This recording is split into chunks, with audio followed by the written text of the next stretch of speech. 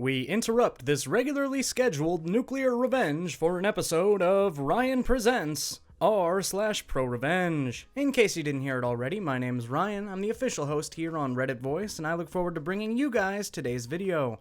Before I do it though, I'd really appreciate it if you could hit that subscribe button and that notification bell to stay up to date on all the latest videos. Don't scam a bot developer. Hello, this is my first ever post here, and it might not be the best, but just thought I'd share it. I develop bots for people on Discord, a chat platform for those who somehow don't know. One day, I checked for hiring in a developer server and saw a job of making a simple bot for a cafe group. I messaged the owner and got the job. I coded the bot the next day and waited for a response from the owner. It turns out that the owner was taking a break from Discord, so about a week later, when she was finally back, she DM'd me and I fixed the final bug and showed them the bot. Right away, they said, "Thank you for the bot, have a great day." Took away my admin role in the server and blocked me. However, it didn't occur to her that I might be able to give myself admin with the bot. I immediately set the permissions that everyone gets on join to administrator. I am an admin in a bigger Discord server with about 300 members. I mentioned everyone and told them to join this server, and of course, they noticed that they have admin. Within 10 minutes, the server is completely destroyed. I haven't seen their reaction since I left the server, but I bet they will never scam anyone ever again. Edit. I wasn't clear about the fact that I was not paid, for those who didn't figure that out. Also, thanks so much for all the support. This is by far my most popular post ever, so thank you so much. Don't want to return my tools or pay me? Enjoy losing your business. This is my repost from r/PettyRevenge. That might be better suited for this subreddit. Anyways, I'm a trade painter that worked for around 5 years, essentially running a company for an owner who took a very hands-off approach. He was essentially in name and working capital, and not much else. After getting an offer to work for a bigger commercial company and my old boss's realization he would have to run his own company, as there wasn't really anyone else in-house that was qualified, he resorted to acting like a child and trying to make me stay. Made me run around the world to receive my final pay, which I never even got, and refused to return my tools spread throughout various jobs. Revenge time. As luck would have it, another, even better offer from an even bigger company ended up in my lap that wanted to subcontract me for a very substantial amount of their work, but I'm going to need more employees for that.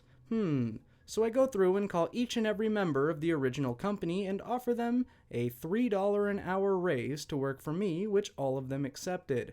After all, they know me. They've worked for me for years. And it's more money, no brainer. They barely know the owner, and what they do know they don't like. I then asked them to grab only my tools, which was the vast majority of tools on all the jobs. From their respective jobs, they would leave for the weekend on Friday. Monday rolls around and my old boss is getting calls left and right from supervisors asking why nobody's at work and what's going on. He was so hands-off he didn't even have employees' phone numbers to call and ask them, Lamau. He's essentially without employees and little to no tools to complete any jobs at this point. Fast forward 6 months and his company has now closed. He lost all his work. His new addition to his houses have come to a grinding halt halfway through construction, and he's hurting big time. I never got my last check, but I did get a great group of workers and a company of my own, so I guess I'll just call it even. TLDR, company owner doesn't want me to quit, withholds pay and personal tools, promptly steals his workforce and open company.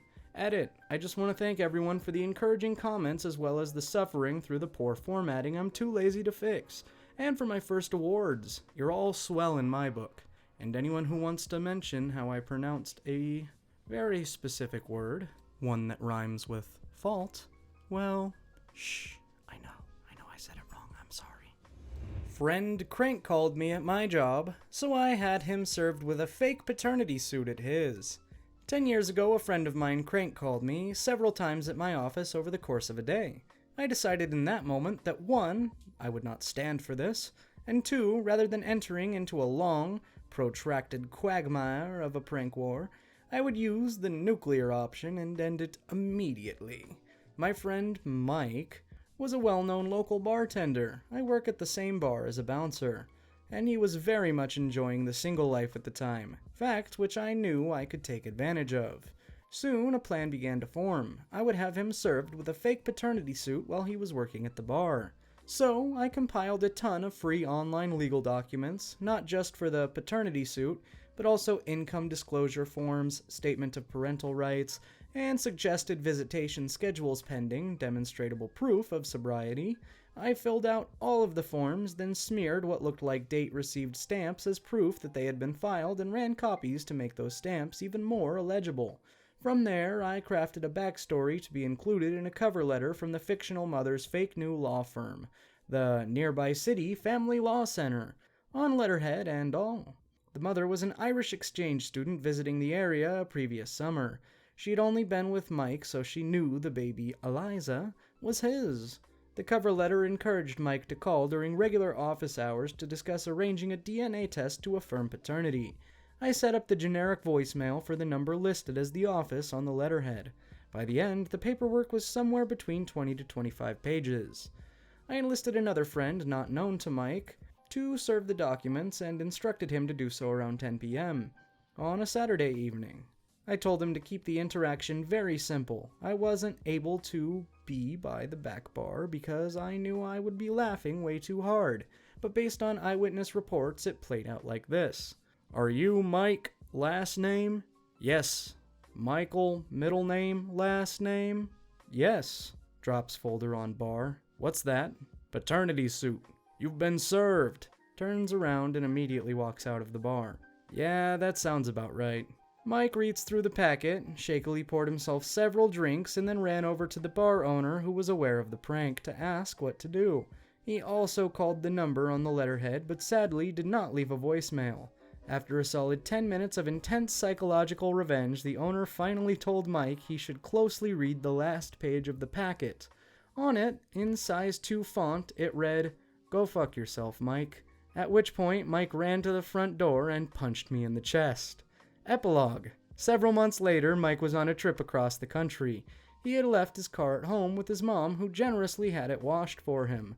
Mike, for some reason, kept the paternity suit paperwork in his driver's side door, and during the course of the car wash, his mother found it and read the entire thing and called him sobbing in the middle of the night, asking why he hadn't told her about his bastard Irish granddaughter. Fairly aggressive girlfriend stole my bank account, so I sent her academic career into a nosedive. I'm a senior at a large state university. This happened the first semester of my freshman year. I was selected for an honors-type program that placed me in the co-ed dorm building with every other student in the program. As a dumb freshman, I rushed into a relationship with a freshman girl who lived right above me. We'll call her Megan. It was convenient for me to date someone who lived so close, but everyone else in our building hated Megan because she talked a lot, and almost exclusively about herself. She bragged often about being a fairly aggressive person, but somehow I overlooked that mile-wide red flag. Right after Thanksgiving break, at the end of an evening class, I got a call from my mom, who noticed some unusual activity on my checking account. Back then, I had no credit card, so this account/debit card was my only access to my savings while I lived on campus. I rarely needed to buy anything during the semester, so I was puzzled to find that $104.29 had left my bank account over 2 weeks, in the form of 6 Grubhub orders. At this point, I trusted Megan, but I decided to ask her about the money right away. She denied any involvement and suggested that I cancel my debit card. After a really long phone call to the bank, I did just that. Next, I reached out to Grubhub customer service on Twitter. "Hey, my card was stolen and used for food orders on these dates. Can I have the receipts?" They sent me the first and last receipts, but they had to redact the personal info of the account holder. I say redact in quotes because they just used the Snapchat draw tool, and Megan's name was still clearly visible on both receipts. What's more, the most recent receipt was only 2 hours old. She was probably still eating when I chopped up my debit card. It was worth noting that she and I both had unlimited dining plans paid for by our respective parents, and we lived 500 feet from the nearest dining hall. She didn't need to order food, and she definitely didn't need my money to do it. So I texted her again. "I have the receipts from Grubhub. Are you sure you didn't make these orders?" Her reply, "F you for suspecting me." Fairly aggressive, wouldn't you say? I hatched a plan to collect security camera footage of her picking up the order from the evening. However, by midnight, Megan arrived at my door in tears and confessed to everything. Plus, she admitted to being a serial shoplifter. Exhausted, I sent her away and decided to deal with everything in the morning. By the next day, everyone in our building seemed to know what was going down. Probably because Megan had already begun broadcasting her version of the story.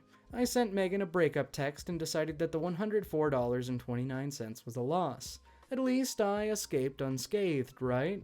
Well, less than 2 days later, she entered my room when I wasn't looking, and I was sitting at my desk when I noticed her standing silently behind me. "Give me my stuff. Where's my stuff?" "What stuff?"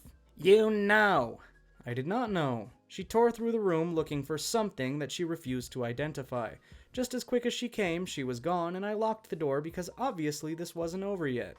Within a minute, she was back, and she stood outside my door, knocking and demanding that I let her back inside. The knocking quickly got more violent, and she started shouting, "I know you're effing in there! Open the mother effing door!" Mind that we lived in the building with students in our program who all know each other, and all of them could hear her. Pretty quickly, Megan was rattling on the handle of my door. Next, she began throwing herself at it, shoulder first, trying to break it down. I lived next door to my RA, but judging by the lack of any intervention, he was elsewhere. So I whipped out my phone and texted him to send backup. Meanwhile, I saw my heavy wooden door bending and buckling. I even heard it crack a bit. My RA was on duty in another building, so he sent 3 of his colleagues to de-escalate the situation. They brought Megan downstairs where she revealed that the stuff she wanted was just the t-shirt and keychain she gave me for my birthday. Whatever, I let her have those. I still just wanted this to be over. However, once I shared my story with the resident live staff, they filed university paperwork to place a no-contact order between me and Megan. They also recommended that I contact the campus police, who then told me I should get my stolen money back in a small claims court. I couldn't even get there without a car or money to pay for an Uber. Sorry, Judge.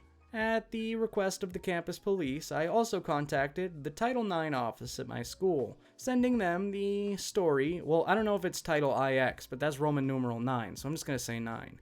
Sending them the story of everything you've read so far. They were interested, to say the least. Although I didn't want any trouble, I just wanted a clean breakup and a fresh start. But Title IX representative informed me that they were bringing 3 misconduct charges against Megan: theft, threatening/violent behavior, and inciting an intervention by a university staff. The representative asked me to serve as a witness in Megan's disciplinary hearing for the next semester. I tentatively agreed right before the representative set the hearing date for February 14th, Valentine's Day. I thought it was a joke, but they really did that.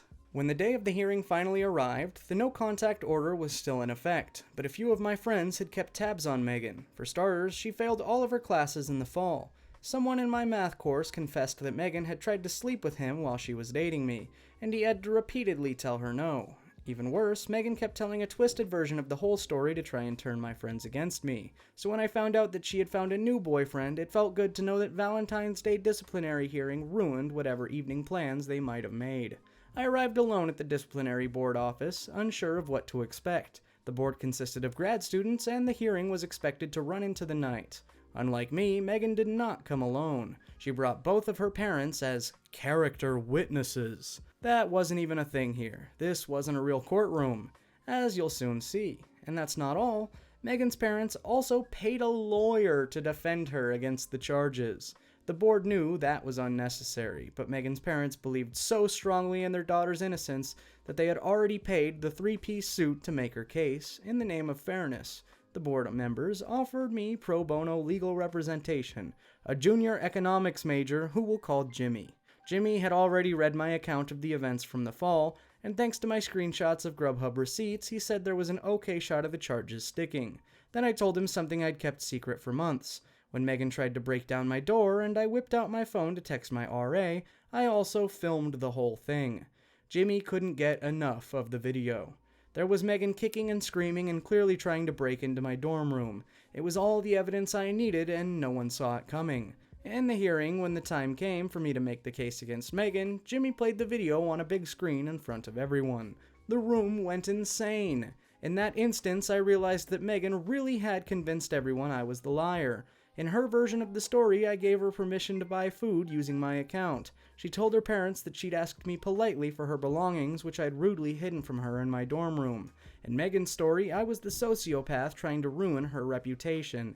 Before I unveiled the video, it was the world against mine. or her word against mine.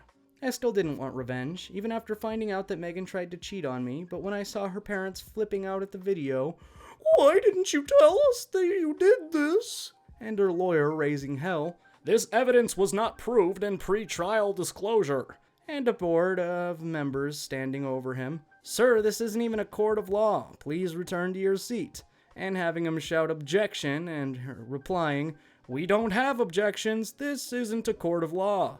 And then Jimmy, my new best friend, just trying not to laugh out loud, and that's when I realized how good revenge can feel when it's fair and deserved. The board found Megan responsible on all 3 charges. My side of the bench recommended the university terminate her housing contract and force her to pay restitution. Her side recommended only restitution and a reprimand. The board compromised. Her family paid back most of the money she stole, most because 2 of the 6 orders had the same price and the lawyer convinced the board I had duplicated an order, and Megan was forced to move into a different dorm building. This probably would have helped her anyway because every student in our program's building knew everything she had done and lied about. They wouldn't speak to her and no one wanted to be her roommate. By the time she had to move buildings, she had already failed all of her courses again. Having paid for her tuition, her unused dining plan, her lawyer, and her restitution, Megan's parents finally pulled her from school. Where are they now? Last I heard, Megan returned as a part-time student, but I never saw her again because of the no contact order. And I'm now Facebook friends with the guy Megan tried to seduce. Oh, and Jimmy and I connected on LinkedIn. As for me, well, I no longer date fairly aggressive people. TLDR, my ex stole money for food, lied about it, tried to break down my door, lawyered up for a university hearing, got caught by video evidence, lost the support of her parents, lost respect of her friends, and left campus. Edit. I added TLDR and added info on why most money was paid back. Added a fun little header on my profile for anyone who needs the evidence that I actually lived through the madness. Thank you for all these beautiful awards. Feels good to make lemonade out of lemons. And as for my editor, I went to his profile here and he is not joking. His Twitter header really is the proof, so I would love it if you would show that in the video. And with that, my friends, we unfortunately have reached the end of today's video. If you liked it, be sure to check out some of our other stuff and maybe even subscribe. As always, my name's Ryan, the official host here at Reddit Voice, and I look forward to seeing each and every one of you guys in the next video.